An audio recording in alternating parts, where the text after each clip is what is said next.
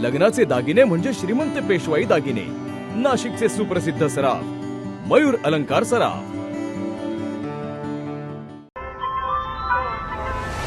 ताज्या बातम्यांसाठी नाशिक न्यूजच्या YouTube चॅनलला सबस्क्राईब करा आणि बेल आयकॉनला प्रेस करा।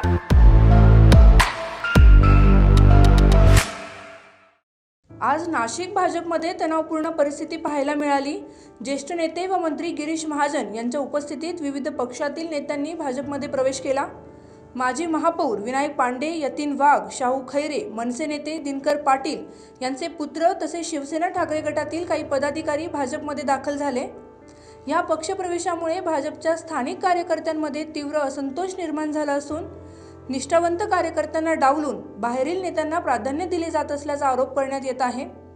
पक्ष कार्यालयाबाहेर जमलेल्या कार्यकर्त्यांनी घोषणाबाजी करत आपला निषेध नोंदवला। काही काळ परिस्थिती तणावपूर्ण बनली होती। या प्रवेश सोहळ्याला स्थानिक आमदार देवयानी फरांदे या उपस्थित नव्हत्या। त्यांनी तसेच पक्षातील काही वरिष्ठ पदाधिकाऱ्यांनी या पक्षप्रवेशाला विरोधही दर्शवला होता। महापालिका निवडणुकीच्या पार्श्वभूमीवर नाशिक भाजपमधील अंतर्गत गटबाजी पुन्हा एकदा समोर आली असून एकीकडे मंत्री गिरीश महाजन पक्ष विस्तारावर भर देत असताना दुसरीकडे स्थानिक नेतृत्व या निर्णयांवर नाराजी व्यक्त करत आहे। या अंतर्गत मतभेदांवर पक्ष नेतृत्व कोणती भूमिका घेते आणि हा वाद कसा मिटवला जातो याकडे आता सर्वांचे लक्ष लागले आहे। ताज्या बातम्यांसाठी नाशिक न्यूजच्या YouTube चॅनलला सबस्क्राईब करा आणि बेल आयकॉनला प्रेस करा।